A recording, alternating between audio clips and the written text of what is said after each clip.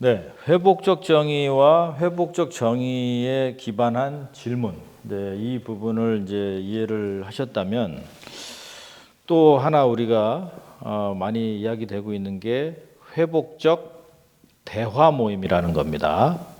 네, 회복적 대화 모임인데 이걸 우리가 조정이다 뭐 이렇게 불러요. 즉 당사자가 직접 만나서 문제 해결의 주체로서 할 수 있으면 좋겠다는 거죠. 이 회복적 대화 모임의 절차가 크게는 세 가지예요. 사전 모임이라는 걸 하고 본 모임을 하고 또 확인하는 점검 모임을 하는 식으로 이제 이루어지는데 사전 모임과 점검 모임을 빼고 본 모임이 가장 중요해요. 왜냐하면 그건 직접 당사자들이 만나는 거니까. 근데 그 모임을 진행할 때도 절차가 있는데 한 6개 정도의 절차로 우리가 많이 활용을 합니다. 근데 이 절차도 결국 어디서 나왔냐면 이 흐름 속에서 나온 거예요. 그래서 거기에 이 절차에 보면 처음에 도입 단계라고 해서 나옵니다. 도입 단계는 서로 어떻게 대화 나눠야 되고 규칙을 잘 지켜달라, 뭐 오늘 취지가 이렇다라는 걸 설명을 하는 거기 때문에 시작하는 여는 그 단계고요.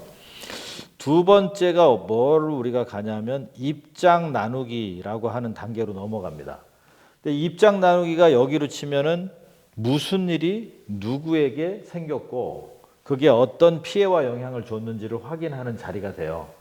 그래서 내 경험과 그것이 나한테 준 피해와 영향, 뭐 어려움, 불편함, 상대에 대한 감정 이런 걸 나누는 거기 때문에 이건 시제가 과거형이에요. 근데 과거에 있었던 일을 자기가 충분히 설명하고 그게 저한테 준 감정 이런 것들을 표출하지 않으면 그냥 문제만 해결한다고 되진 않죠. 우리가 문제를 푼다는 얘기는 결론만 짓자는 게 아니라 그 절차와 과정, 그 맥락이 어떤지 설명하는 시간이 필요하거든요. 그래서 입장 나누기가 그 다음 단계를 따라옵니다. 그 다음에는 이제 어디로 가냐면 자 서로 입장을 얘기했기 때문에 조정자들이 함께 풀어야 될 문제가 뭔지 쟁점을 좀 찾읍시다 해서 제3자인 조정자가 제가 이야기를 들어보니까 함께 풀어야 될 문제가 1, 2, 3, A, B, C 이거인 것 같습니다 하고 쟁점을 찾아주는 시간이 있는데 이 단계는 시제가 어떻게 되냐면 현재가 돼요. 그러니까 과거에 있었던 일이 지금 그래서 이 문제를 가지고 있다 이거예요. 이 문제를 풀어야 된다. 예. 그래서 이 쟁점 찾기가 되게 중요한 조정자가 해야 될 몫이 되거든요. 그 다음에 어디로 넘어가냐. 이제 그럼 각자 어떻게 해야 문제를 풀 수 있을지 각자 원하는 걸 얘기해 봅시다. 근데 이거는 먼저 자기들끼리만 따로 분리돼서 논의를 하라 그래서 대안을 모색하는 시간을 갖는 거예요. 여기서부터는 시제가 어디로 가냐면 미래로 가는 거예요. 앞으로 이런 일이 안 생기려면 본인들은 무슨 노력을 할 수 있는지 각자 생각을 해보자. 이게 결국은 자발적 책임의 영역으로 들어가는 거죠. 그래서 서로 대안을 마련해서 그 마련된 대안을 가지고 다시 만나서 협상을 해봐야 될 거 아니에요. 그래서 요거를 우리가 합의를 시도하는 과정이라기도 하고 서로 협상을 해야 되는 단계다. 이 말은요, 누가 해주겠다는 게 아니라 자기들이 고민해 온 안을 가지고 서로 받아들일 수 있는지, 받아들이지 못한다면 무엇 때문에 못 받아들이는지, 조건을 어떻게 바꿀 수 있는지 이런 것들을 협의해서 현실적이고 앞으로 해야 될 걸 중심으로 만들어내는 게 이 단계에 해당이 됩니다. 그리고 뭐 모든 것이 다 합의가 되진 않죠. 일부 합의가 되기도 하고 어떤 것은 다 되기도 하고 어떤 건 다 안 될 수도 있죠.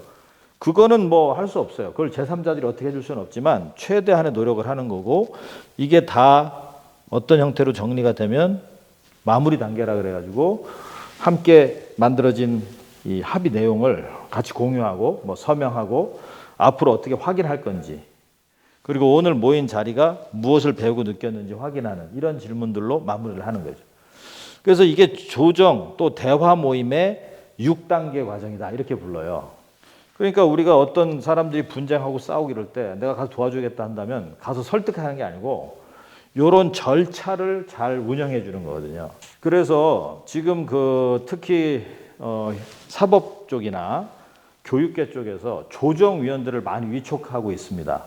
왜냐하면 제3자에 의한 판결이나 심의 결정만으로는 당사자 만족도를 높이기는 어렵고 그 결론을 가지고 다시 재심을 하고 또다시 문제가 또 커지고 막 이런 일이 벌어지니까 그러면 뭔가 대화 모임에서 당사자들이 직접 해결할 수 있는 기회를 주자라고 하는 게 뭐 법원이나 검찰이나 경찰에서도 조정위원들을 많이 위촉하고 있고 교육청에서도 조정지원단, 뭐 지역에 따라 다르게 부르는데 뭐 화해중재라고도 부르고 갈등 전환이라고 부르고 관계 개선 지원단이라고 부르는데 이런 데를 많이 지금 위촉을 하고 있어요. 근데 저는 그 위촉되는 분들이 그냥 좋은 마음으로 가서 잘 얘기 들어보고 뭐 도와주자 이렇게 막연하게 갈 게 아니고 이런 절차를 철저하게 잘 끌어가는 전문성을 가져야 된다고 봐요. 근데 여기 보시면 결국 세 개의 시제를 거쳐가도록 하는 거예요. 과거에 있었던 일을 이야기하지만 그 과거에 들어가서 문제를 풀 수는 없잖아요. 그러니까 그 과거의 일이 지금 어떤 어려움을 줬고 풀어야 될 문제들을 낳았는지 그리고 이거를 어떻게 그러면 브레인스토밍을 해서 미래로 나갈 수 있을지 이걸 만들어 가라고 하는 게 조정의 절차입니다. 저는 어떤 생각을 갖고 있냐면 회복적 정의는 어떤 것인가를 잘 이해하다 보면 이 이해 속에서 우리가 질문을 다르게 던져야 된다. 이게 첫 번째 기본적 실천, 개인 차원이든 어떤 단체 차원이든 그리고 이 질문을 우리가 하나의 구조의 틀 속에 넣어가지고 이 틀에 맞춰서 대화할 수 있도록 도와주는 것이 바로 회복적 대화 모임이에요.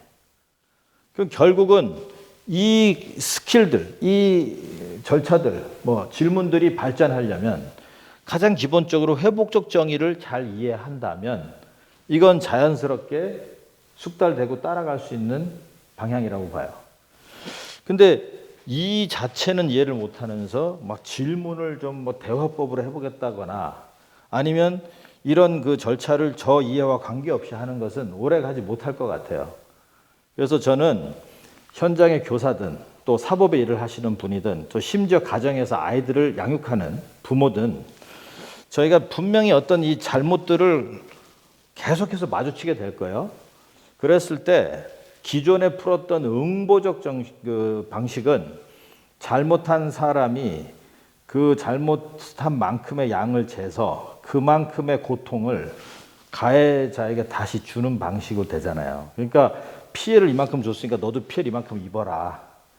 근데 이렇게 되면 사회적으로나 공동체적으로는 고통의 총량은 늘 2배가 돼요. 여기 생긴 고통을 여기다 주겠다. 그러니까 곳곳에서 다 자기가 억울하고 내가 제일 피해를 많이 입었다 이렇게 주장을 하게 되는데 이 피해가 최대한 회복되도록 하기 위해서는 관점을 바꾸는 거. 이거 결국 관점을 바꾸는 거죠. 패러다임. 네.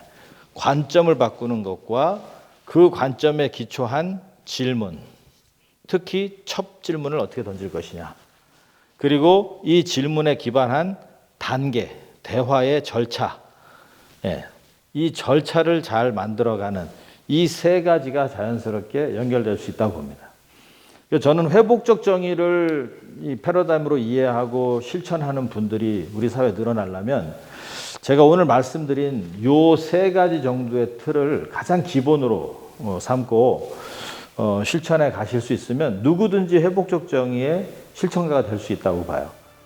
그래서 너무 어렵게 생각 마시고 이 회복적 정의 관점과 질문과 또 절차와 단계 이런 것들을 좀 더 이해하시고 생활 속에서 실천을 해보시면 어떨까 이게 좀 제안을 드리고 싶습니다. 네, 감사합니다.